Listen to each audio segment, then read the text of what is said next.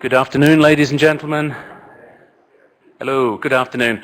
Welcome to the first session after lunch. I hope you had some good food.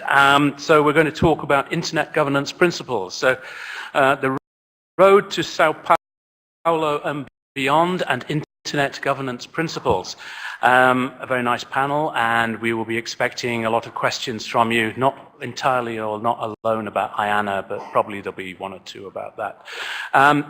So just to begin, the road to Sao Paulo, the NETmundial meeting has as one of its two main topics the discussion of internet governance principles and the development of universal principles for internet governance. So one of the things to think about is perhaps to try and help us as we develop that agenda. What are the potential universal internet governance principles that we can consider at that meeting? It may be something that you could help us with and something we can discuss also later in the week.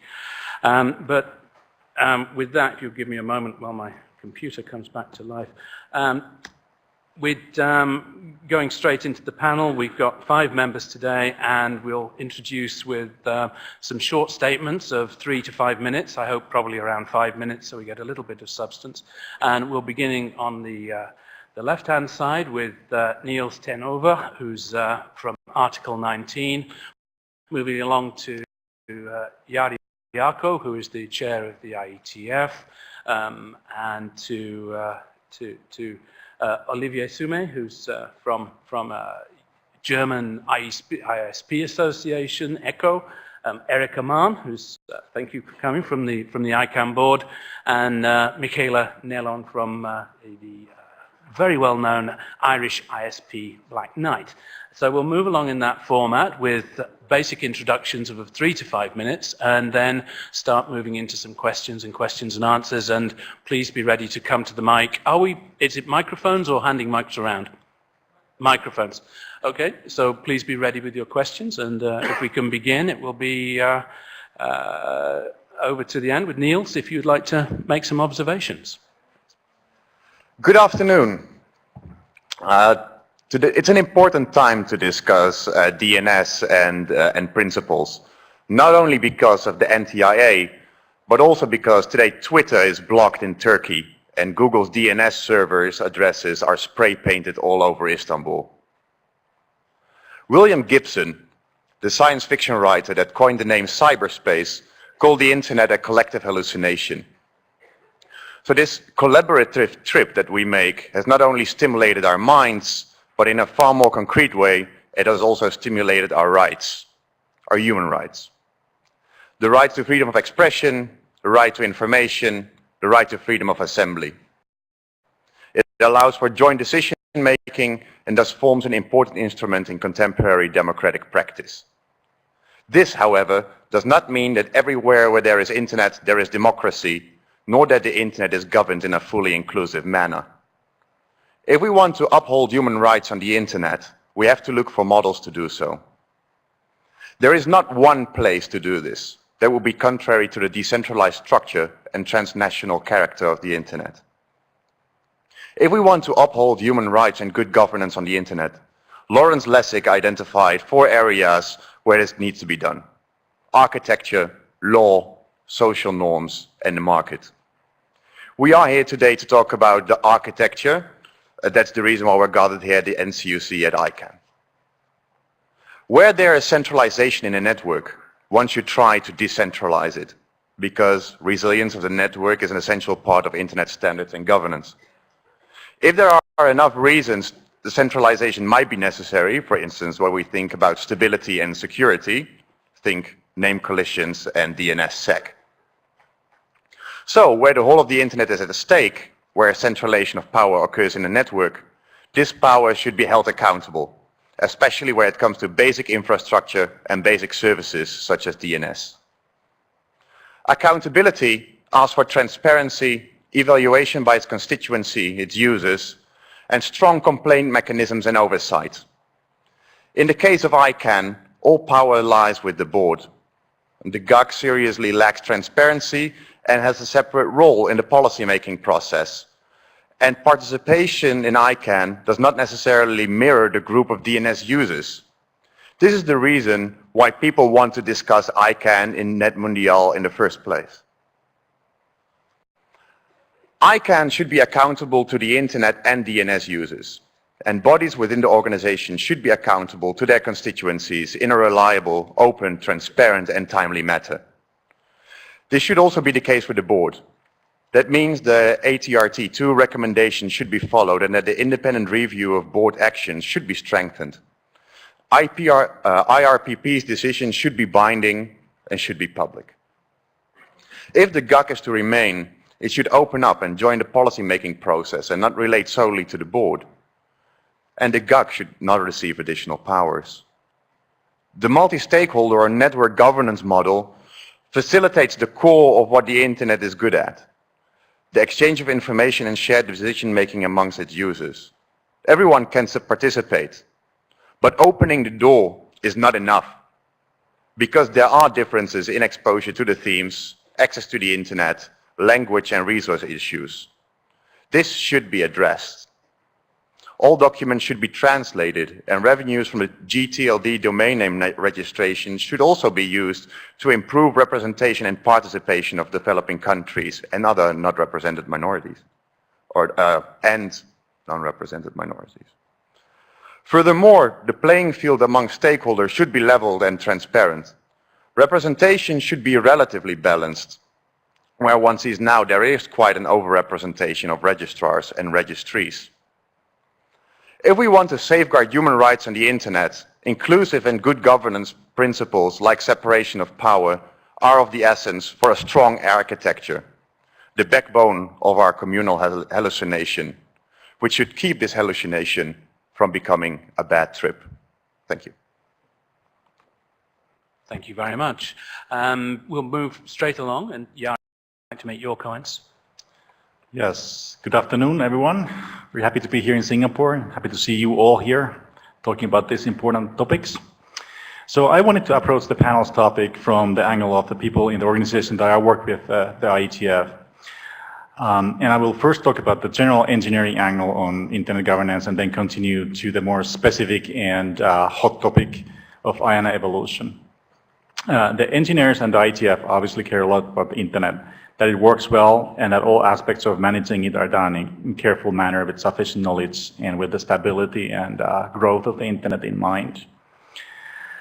We realize, of course, that there are multiple topics in the area of internet governance, and some are further away from us than others. As an example, we care about names and addresses, but their management is the daily task of other organizations, whereas protocol parameters, such as port number allocations, are something that we directly depend on.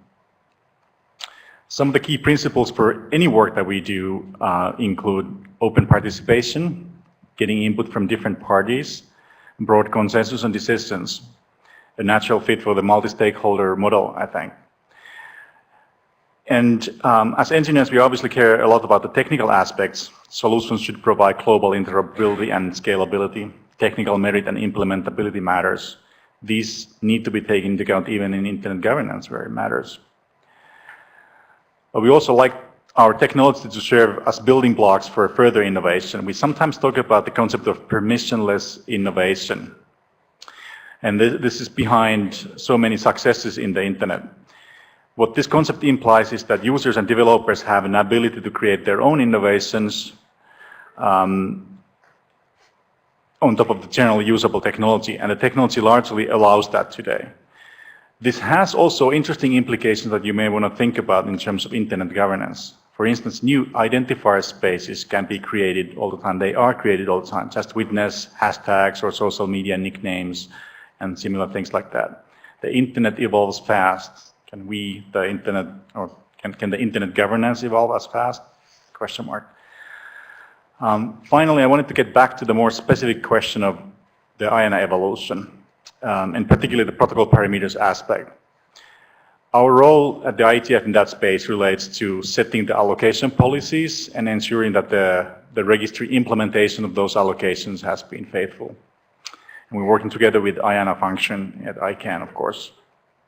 Earlier this month, we held an IAB session at the IETF meeting to discuss the principles regarding IANA evolution from our perspective. And I wanted to highlight a couple of the results. The first thing is that I want to make the observation that the INA functions have evolved over time. In the last decade, we've seen the IETF and IANA create together a set of agreements or MOUs, SLAs that are being constantly updated. We've defined the roles of various parties and processes in RFCs. We have created groups to track the relationship in various ways to provide oversight. And not to mention thousands of RFCs that actually specify some of the policies involving these allocations.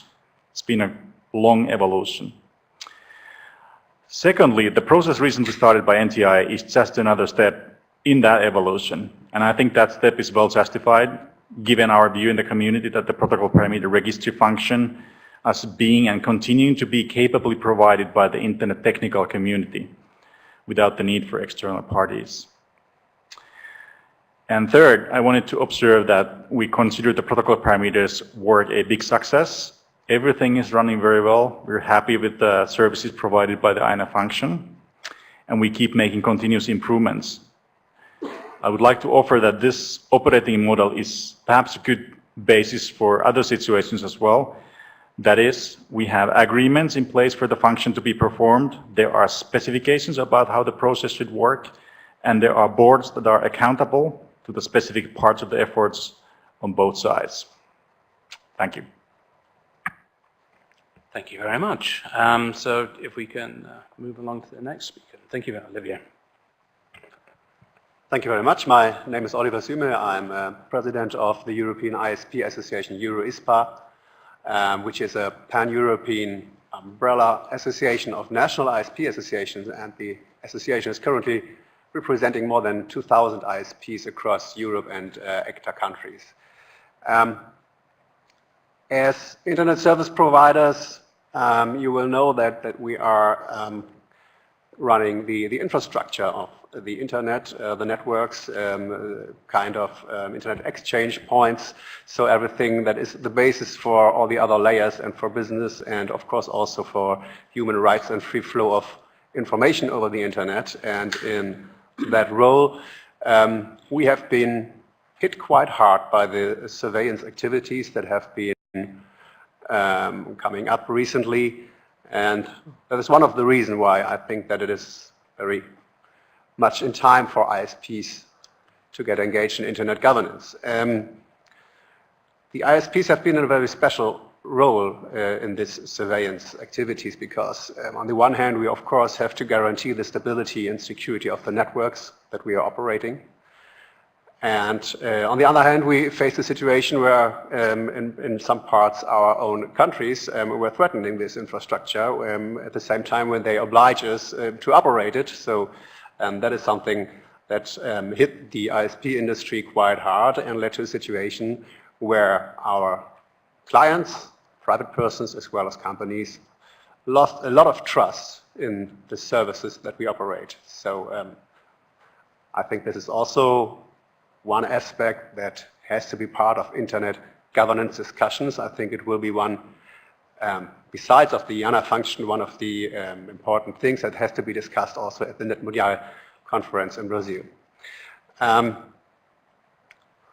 Well, apart from the infrastructure that we operate of our own, we are of course also reliant on the IP address and domain name infrastructure, as this is touching the ISP business as well. And I'm looking forward and I'm excited about the discussions that we will have now in Brazil and besides from Brazil regarding the shifting or the new IANA function contract, whatever will be the result of the discussions that we have. I think this is one of the first times that internet governance as a model has to be proved now, because in the last years internet governance has been an intense process. There have been intense and controversial discussions, but this is the first time that we have a concrete case, the IANA function, that seems to be subject to internet governance processes in the next 1.5 years. And as I'm seeing this from an industry and from a business perspective for the ISPs, it's very important that we not only can rely on these function and on the infrastructure, but also that we have legal certainty about everything that surrounds this infrastructure. So at the end of the day, we are talking about, as so often in internet governance, about accountability. And if we want to reach accountability with a new IANA function and a new contract, I think we have to guarantee that the process that leads us there, the internet governance and multi-stakeholder process, will be accountable. And I think that this is one of the biggest challenges that we are facing for the next 15 months, for the next 2 years, and for the time after that, because I think there's a lot of room for improvement in processes, in accountable processes, and in a process that guarantees that all the different approaches of internet governance and all the people and stakeholders who contribute come to a reliant and accountable result. Thank you. Thank you. Thank you very much. Next speaker is Erika Mann, and this is probably a good time to remind everyone that all the speakers are here today speaking in their personal capacity, not necessarily for their organizations and so on. So thank you, Erika. Thanks. Thank you, Adam, for mentioning this. Let me make a few observations. The first observation I would like to make is that when one talks about internet governance, one has to distinguish, at least I would recommend, between the different ecosystem and environments. Internet governance, it's different if one talks about the ICANN ecosystem or if one talks about the internet as a whole. All the players which are part, the business players and the NGO and everybody else who is involved in shaping the internet. I think these are two different spheres. They overlap to some degree, but I think if we don't distinguish between the two, we will always have a confusion. So I think it is important to concentrate on the ICANN ecosystem, because that's where the transitioning is happening. And that's where the so much of the confusion actually arrives from. And because of the transition, we will see so many new players entering the space of being part of the debate and the discussion. And not all of them have the history like many of you do, which are part of in this room today. So one has to understand this as well, why sometimes there are debates erupting, which maybe are not as focused as we would like to see. So that's my first observation. The second observation is that I think we will see to some degree some confusion as well evolving because of the interplay of different players which are part of the internet ecosystem as a whole. So the ICANN ecosystem, the different business models, which are even the company I work for, like Facebook, and compared to many other companies, the classical, more traditional players which are part of the internet ecosystem. So when you look at all these players which are around, they of course have all their different interests. They all have their different perception. They have a different history, and they of course have an interest in shaping the internet as open as possible, and without unnecessary government interference as possible. Everybody, I think, understands government are needed and important to regulate, but it always depends how it is done and what kind of transparency is exists about it. So I think this interplay will be interesting to understand, and I would be not surprised if in Brazil in particular this will play out, because their governments will be very strong. They will have their own say about what they expect from the internet and what they expect from ICANN. The same is true for all the other players. And so we will have to watch this and we will have to understand it.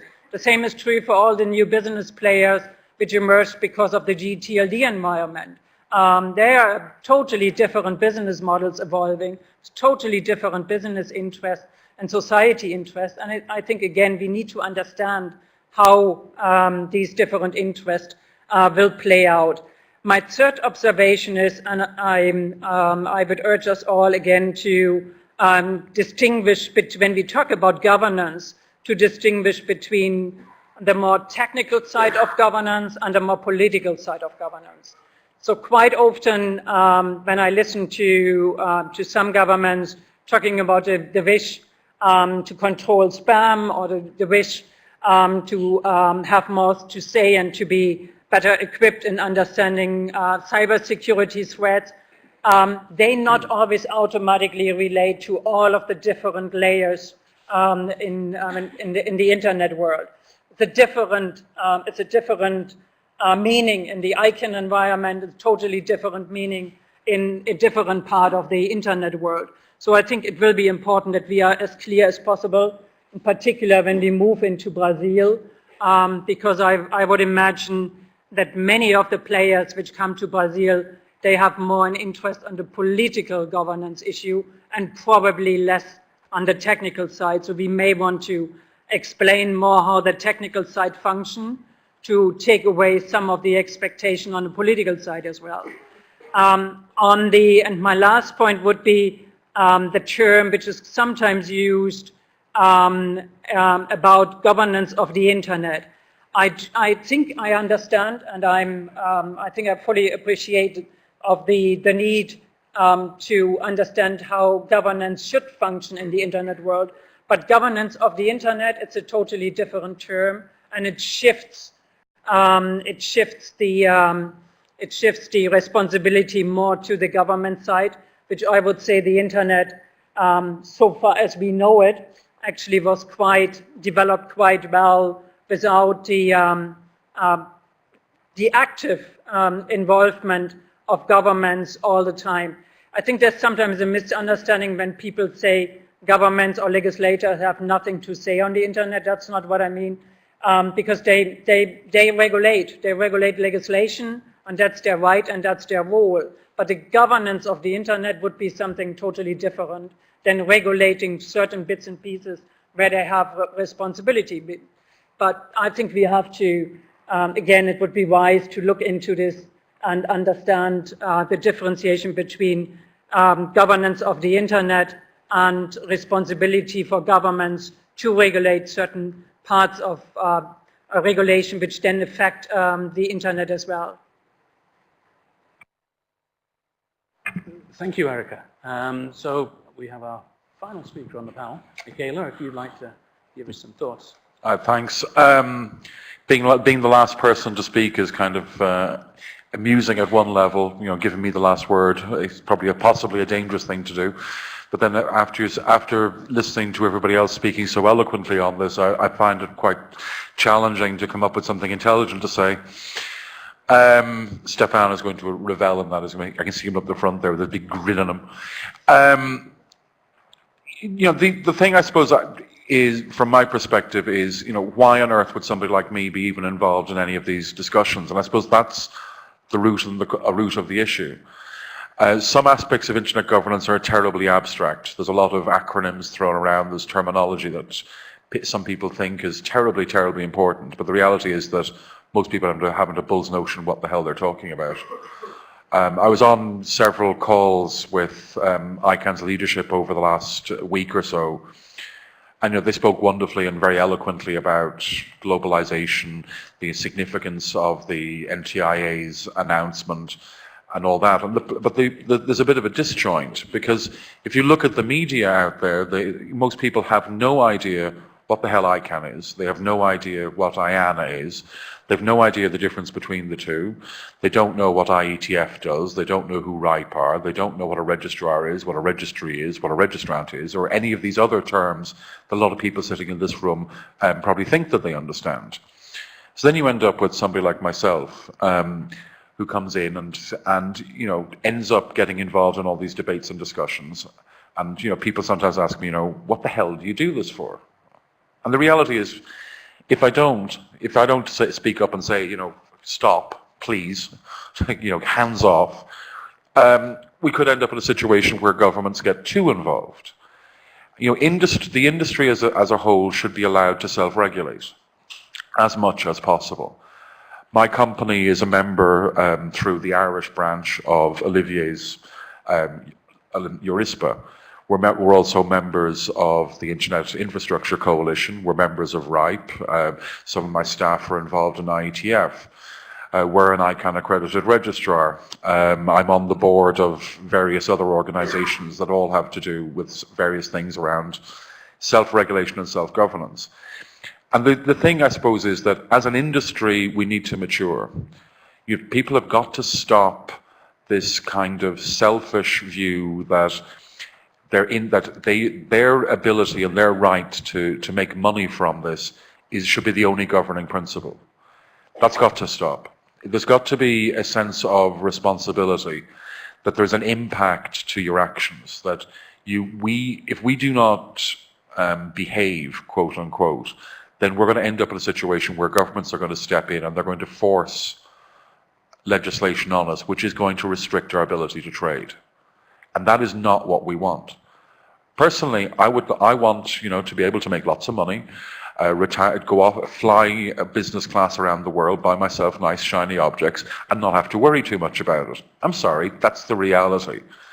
And that's what I should be able to do. I shouldn't have to jump through hoops and deal with restrictive legislation simply because some people have misbehaved. And that is the fear, that the problem that we're facing now. That certain governments, which I think is what led to the entire NETmundial thing, and hands up, by the way, I won't be going, they've seen how other governments have misbehaved, how other governments have taken certain freedoms. You can have a look at my nice NSA t-shirt, by the way. And this is not right. I mean, we have to get that balance. We have to get that balance between, allowing us as an industry to self-regulate, allowing government to be involved, but letting the government involvement be as light and as non-disruptive as possible, and not forcing a position where private corporations are trying to legislate. ICANN, for example, is not a legislative body. It should not try to legislate via contract. Thanks. Thank you very much. Before I follow on with my questions and ideas, Olivier, I'm sorry, I'm getting confused with our ALAC chairman. You have a quick response. Thank you. Oliver. It's just Oliver. Thank you. No problem. I just wanted to add something to Michele. I absolutely agree what you say, but the truth is that things have changed right now, and that we are in this situation that nobody of us ever wanted. And that unfortunately means that the way things worked the last 15 or 20 years ago, they seem to change. I mean, we always... This is what we have to fight back against. Yeah. This is my point, is that it's not too late. It's, and the thing is, don't throw in the towel, but at the same time, don't let it consume all the oxygen in the room. Yeah, absolutely. Absolutely agree. That was just the one point that I wanted to add. Thank you. Thank you very much. Erika mentioned something here, that perhaps we should be thinking about this in terms of the ICANN ecosystem. And wanted to come back to some general points that were made. And could we go to the top of the questions on the slide there? It would be helpful. So we've heard people talking about some nice general principles that we look at. I've had the pleasure of reading through about 180 of the NETmundial contributions, and there are some very common words and threads that appear there. People are supportive, generally, of multi-stakeholder approaches to internet governance. They are supportive of inclusive mechanisms, of consensus and bottom-up. But whenever these phrases are mentioned, there's always a but or an and that follows onto that. There's also a commonality, as we've also heard from speakers this morning, that people are supporting the importance of principles of transparency, of accountability, inclusiveness, meaningful participation. So I'm interested to know from the panel how you see those broad principles being actualized within ICANN. Of course, we have the ATRT. Is it going well? Is ICANN performing? ICANN is leading the way in many of these principles and actually adopting mechanisms for them, but how well is it doing in actualizing them and operationalizing them, and what can we learn from it? And that perhaps goes to some of the questions you mentioned just then, Michele. And a very specific question for you, Michele, would be, if I may, you've written previously about the Article 29 Data Protection Working Group. How would this, as a very specific example, fit with, sorry to put you on, but think about it for a moment, we'll come back to it. No, not all day. And how does that fit with notions of principles, accountability, and how ICANN should be acting in this ecosystem? And please come back to it and we'll think about it. But I wonder if anybody else has any thoughts on how well is ICANN doing for some of the principles that you mentioned when you made that introduction. Who would like to? Well, maybe you and ICANN thinks it's a champion of all these principles, but that's not necessarily the case at all, as I pointed out in what I said, especially where it comes to accountability of the board. ICANN is no longer a membership organization, which it was earlier on, which makes models of transparency and accountability harder, and we need to improve. And indeed, the ATRT2 report and the process has been very promising, but in writing on NETmundial contribution, I found a lot of recommendations about better accountability and about better transparency and about better participation and inclusiveness have been made, but just have not been implemented. Yeah, so I'm not sure I have a comment on the general aspect of how well ICANN is doing in this sense. I'll observe that there's probably many different aspects of that because ICANN deals with many stakeholders and many different topics really. Being a simple engineer, I just want to think about this in terms of simple things, practical things that we can do, and just highlighting one particular improvement that we're making this year in the relationship between IETF and ICANN, or the INA functions there. And that is that we're implementing an audit function where we can audit the allocations, make sure that they actually follow policy, and that the audit will be publicly accessible. It's a concrete improvement that we have not been doing before. We're going to start doing it, and I think it provides additional information for the communities around the world that things are actually, hopefully being done the correct way, and I'm sure they are. So, there's this evolution process that we need to go through, and there's also no one size fits all answer that ICANN is great or badly on transparency and accountability. Thank you. Would anybody else like to think about those comments, or can we go to your data protection? Gee, thanks. I love the way I just get set up for these things. Data privacy, data protection. These are a couple of topics that ICANN as an organization has not got a particularly stellar track record in. It really doesn't, and it's something that it needs to address, and then hopefully it will address in the next couple of years. Data privacy is something that I know some people feel very, very passionate about. I'm sure Article 19 does. But, up until relatively recently, it wasn't a topic of discussion over the dinner table with my mother. But in the last year, it has become a topic of discussion. It's the kind of thing where you end up going out for drinks with non-technical, non-industry, non-internet people, and they kind of go, "Hey, you work with this internet stuff. Is this possible?" And they start talking to you about, and it's all to do with privacy. It's all to do with surveillance. And while one can say whatever the hell one wants to say about whether Snowden did this or Snowden did that, the reality is people are actually discussing this a hell of a lot more. And if you ignore that, well, really, you are living on a different planet. So when it comes down to the entire Article 29 thing, I mean, there's a few things that Article 29 have said. Now, first off, what the hell is Article 29? The Article 29 Working Party, it's the representative body of the 28 DPAs of the 28 member states of the European Union. Are their opinions legally binding on anybody? That's a debate that certain people would like to have, and it doesn't matter. Ultimately, it's 28 member states DPAs. So if you're the subject within one of those 28 member states, the DPA can have lots of fun and games with you and sue you, like the case of Google, who was sued for 150,000 recently in France, which was probably not that much for a company of Google size, but that would wipe out smaller companies. They don't like who is. Article 29 have stated more than once that they think the way ICANN forces all who is data to be publicly available to everybody is a major issue.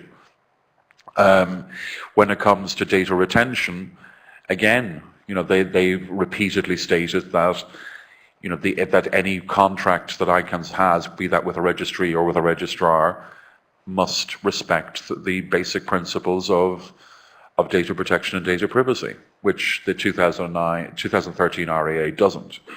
So ICANN came up with a wonderful process and then proceeded to ignore it. We're now in, what month? Are we March or April? March. Sorry, I'm a bit confused. My contract with ICANN expires in about 3 months or so. I can't sign the new contract because if I do, I'm putting myself directly in breach with Irish law. And yet I find myself in the ridiculous situation that my legal counsel has to negotiate with ICANN's legal team about a matter of Irish law. Explain that one to me. And then people wonder why governments get involved. I mean, this is the kind of rubbish that causes it. An entity, be that IETF, RIPE, ICANN, whoever, shouldn't be playing around with things where governments have already stated this is the law. And you may not like it. I mean, this entire thing about freedom of speech, freedom of that, freedom of the other. If a particular government has come up with its own rules, I mean, the rest of us can go, okay, that's not good, but we shouldn't be getting involved there. We have to be really, really careful. And one of the common comments that we saw in the NETmundial contributions is that if principles are affected offline, they should be applied online as well. That, of course, also has very significant consequences because people and countries have different cultural backgrounds and so on. So this is actually something that's not as easy to apply as it sounds when you first look at it. Erika, you had something to say, and then Jari. And then perhaps if people would like to start thinking of your questions, please come up to the microphones and we'd like to hear from you, please. I mean, I just wanted to make a short comment. I think Michele raises an interesting topic which affects all operators depending on wherever they are located and run their business.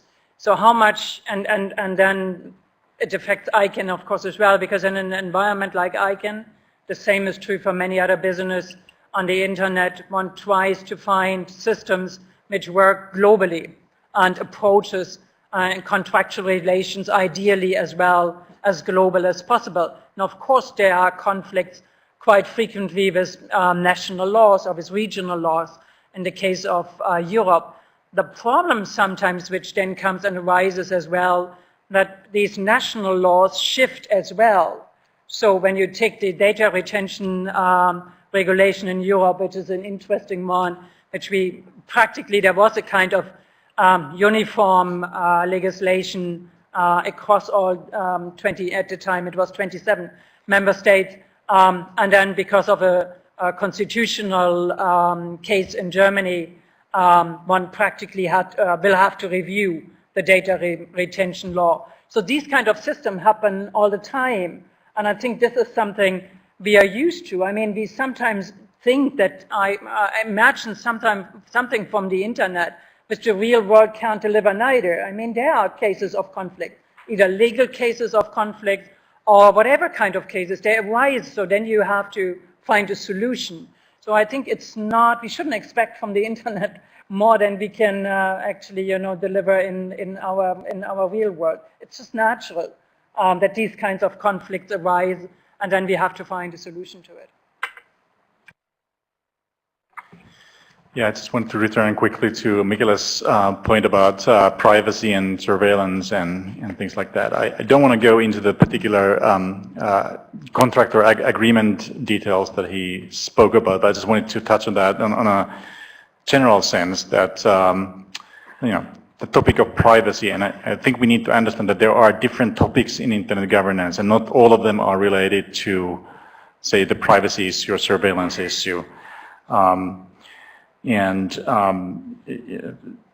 particular, the role of IANA and all these registries, that is very far from the topic of privacy for the end users in the internet, and basically has nothing to do with that.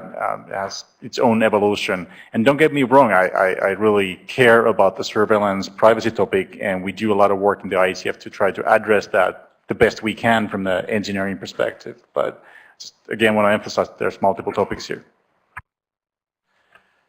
Thank you very much. Now, would anybody, any questions from the floor? We're not seeing enormous lines joining here, but if there's anybody who has any questions, or would then the microphone should be open, and please come along. Questions, or simply making, if you wish to make a point, and join in the discussion. Thank you.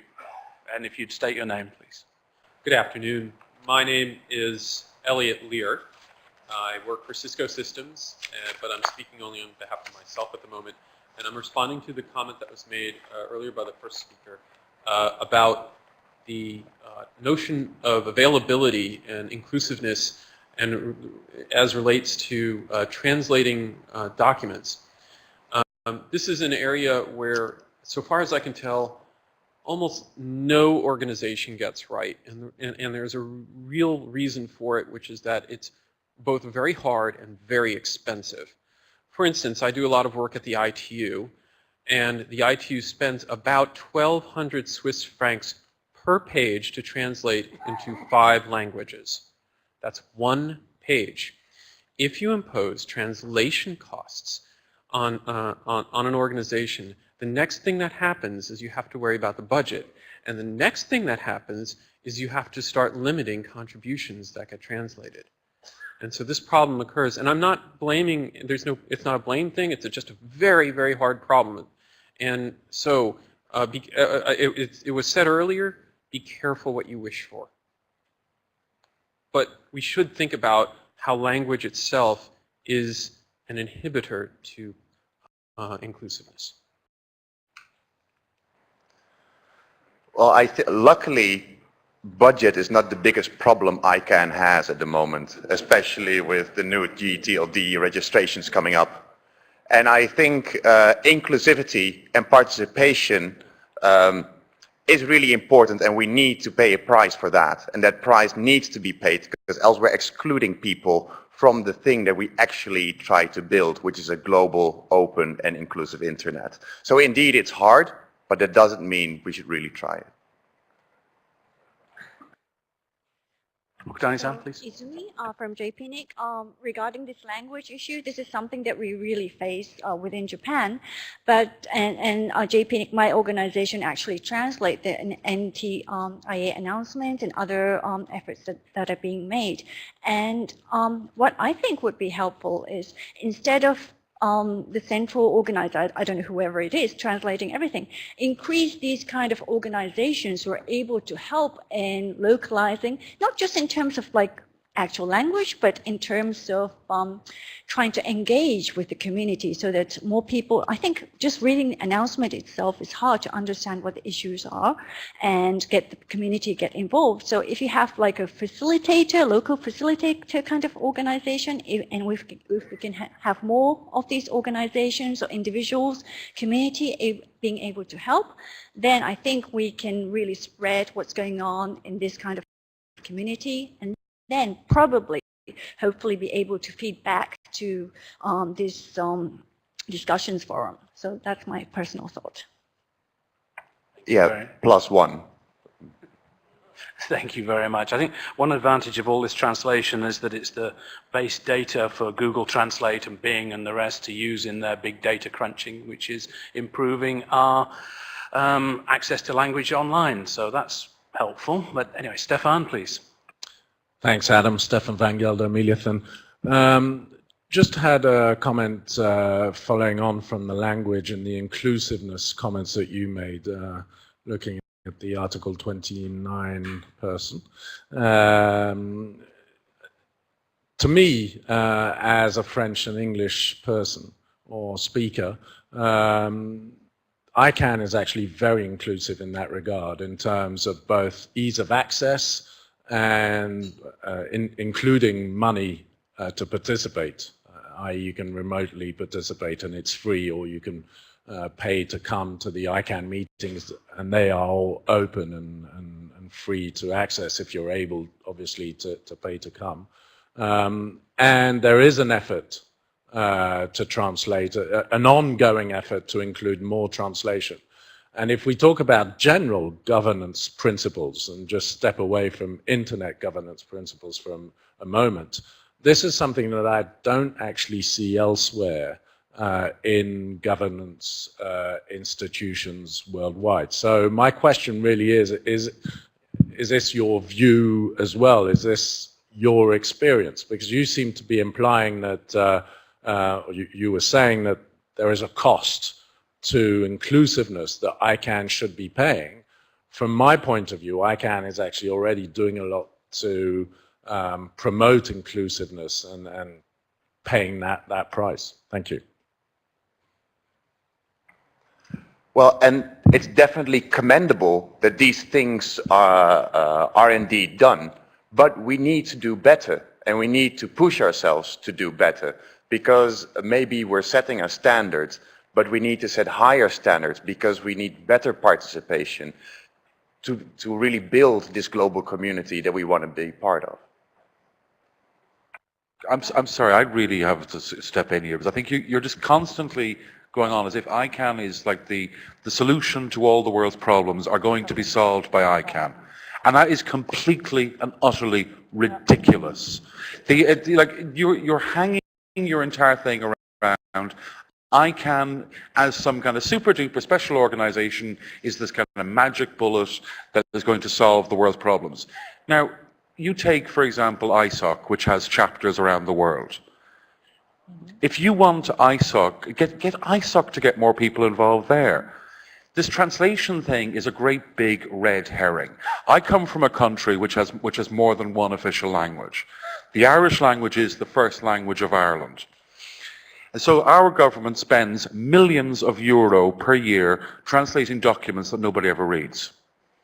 Because under the Constitution, the Irish language is the first language. The fact that nobody actually uses it, apart from a very small percentage of our population, is neither here nor there. And you can disagree as much as you like, but I'm sorry, I just really am actually quite offended that you're taking this kind of view that ICANN has to have some kind of moral obligation to do better than any other organization around inclusiveness, and as if translating was the solution. It's not. The solution in many respects is down to a choice of terminology. You can put out a document in 23 languages, and native speakers of the 23 languages will not understand it due to a choice of wording. And the lady from Peake, she hit the nail firmly on the head. It's to do with engaging more with users, using terminology that they can understand, taking the abstracts of internet governance or whatever other principles it is that you're discussing and turning that into something that they can relate to. My mother doesn't know who ICANN is. My mother doesn't know who IANA is or who RIPE are. Yet all of those organizations have some possible impact in the background on her ability to be able to send an email to me whilst I'm on the other side of the globe or to read news. But just kind of assuming that ICANN is the sole organization that can possibly fix all these things, I think is completely unreasonable. I think a quick response, but one thing we do have to do in response is stop using TLAs and FLAs and things like that, which, anyway. Niels, just a quick response, because I think you... Well, ICANN is not there to solve all world's problems, but it should make sure that there is representation when it comes about DNS. And I'm sorry that I've offended you, but I think it's a bit weird to say that one can do either translation or simplify documents. We should do both. Adam, if I can just... Oh. Sorry. So, continuing the same topic here, I fully agree with Michele that there's, a lot of world outside ICANN. There's certainly many organizations in the internet space that all need to do some of these things. They're working on parts of the technology or internet governance, and that's really important that we also discuss those parts and not just what ICANN can do. Of course, ICANN needs to do what's relevant for it.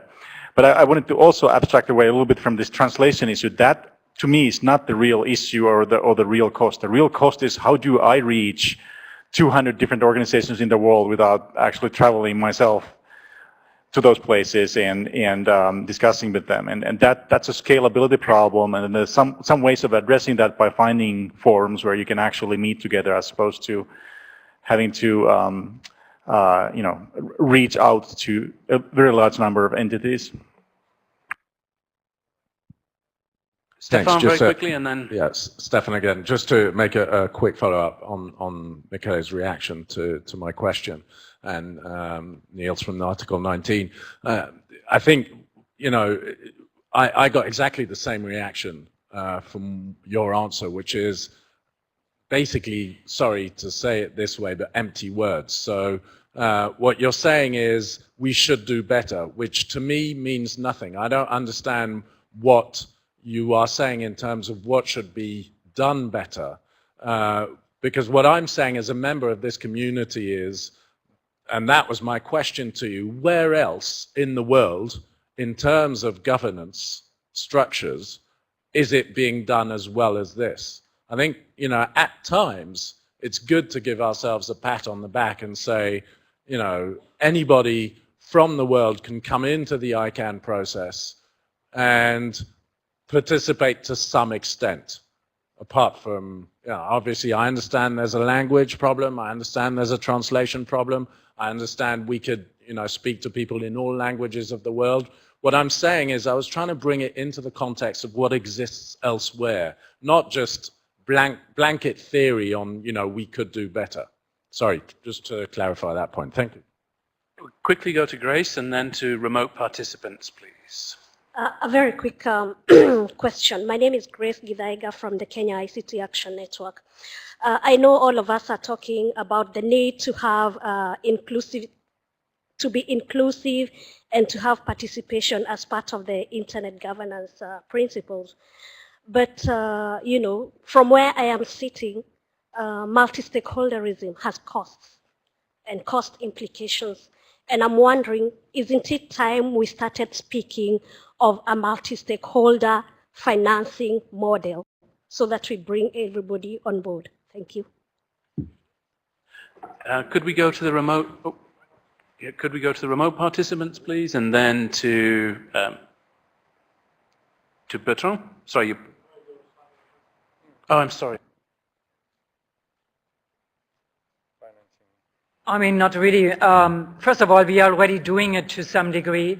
And then if you want to go beyond and you would love to see more inclusiveness in the sense that more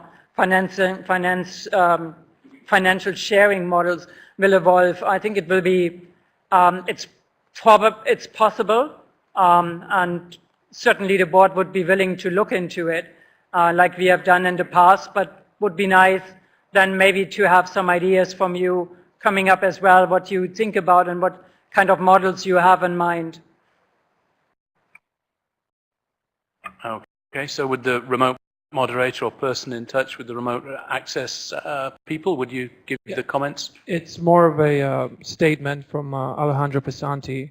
He says, I would like to recommend reading the set of principles for ICANN and related governance ecosystem organizations put forward by the strategy panel on ICANN's role in the internet governance ecosystem. Thank you very much. Thank you, Alejandro. And Bertrand, please. Hi, my name is Bertrand Chappelle. I'm the director of the Internet and Jurisdiction Project. Regarding principles, there have been a lot of principles that have been adopted that were related to the internet in general. I mean, we had from OECD, we had from Council of Europe and else. What we're talking about here and at NETmundial is internet governance principles. And it will be very important at the NETmundial event in particular that there is clarity on which layer we're talking about. Without belaboring on the discussion that just took place, I think there are, first of all, 3 principles that are floating around, usually coupled together, which are inclusion, transparency, and accountability. If NETmundial were about the practical implementation of those principles, because there are many ways to do it, there are many different modalities to address inclusion, as we just saw on the translation thing. Accountability has a lot of dimensions as well. And accountability can be done either by external accountability oversight mechanisms or internal accountability systems, including in the dispute resolution mechanisms, as we're discussing with the evolution of ICANN. But I think those 3 elements are almost a given as principles. The question is how far in the discussion we go in NETmundial. But I would like to address and mention three other elements which I think shouldn't be forgotten in the discussion. And it is the idea that internet governance should be conceived a little bit, or as much as possible, like the internet itself was built. And this includes the notion of a layered internet governance system, a distributed internet governance system, and the multi-stakeholder dimension as well. The multi-stakeholder dimension will have many aspects, and there are as many implementations of the multi-stakeholder approach as there are organizations. The way ICANN functions, the way ITF functions, the way the RIRs function, and their own constitutional framework is different, just like representative democracy has many implementations. But the two elements of layered and distributed are, for me, extremely important principles regarding internet governance. Layered means the kind of distinction that I was making earlier this morning between the governance of the system and the governance on what is using the system. The governance of applications may be different from the governance of the social behavior of people. When we're talking about whether, for instance, app stores should be closed or not, this is something that is different from the behavior of users on platforms, for instance.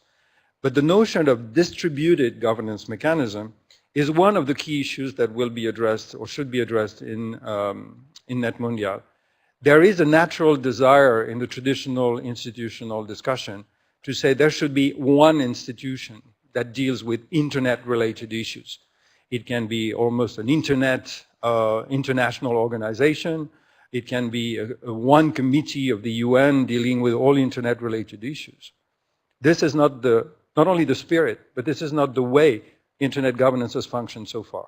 And I hope that we will have the opportunity to make the clear discussion about how to produce a framework that produces different regimes, different issue-based networks, rather than saying the solution is to fight about, I don't know, a sort of internet security council where people will be fighting on who has the seat and the permanent seat. That makes no sense.